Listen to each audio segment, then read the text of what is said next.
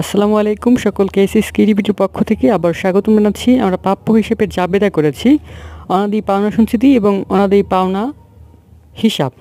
অর্থাৎ আমরা যখন অনাদি পাওনা হিসাব করতে যাব, আমরা আমাদের যে জাবেদা করব, জাবেদায় অনাদি নামে যে জাবেদা থাকবে সেই জাবেদা ডেবিটে থাকলে টাকা ডেবিটে যাবে, কিন্তু নামটা চেঞ্জ হয়ে যাবে। অর্থাৎ অনাদি পাওনা হিসাব আছে 2000 টাকা, কিন্তু তার বিপরীতে আরেকটা জাবেদা আছে অনাদি পাওনা সঞ্চিত হিসাব, অর্থাৎ সঞ্চিত আসবে কিন্তু টাকাটা ডেবিটই আছে অনাদি পাওনার, সেই টাকাটাই যাবে কিন্তু নাম চেঞ্জ হয়ে যাবে। ঠিক আছে? এবং সঞ্চিতি অনাদি পাওনা সঞ্চিতির ক্ষেত্রেও একই জিনিস হবে।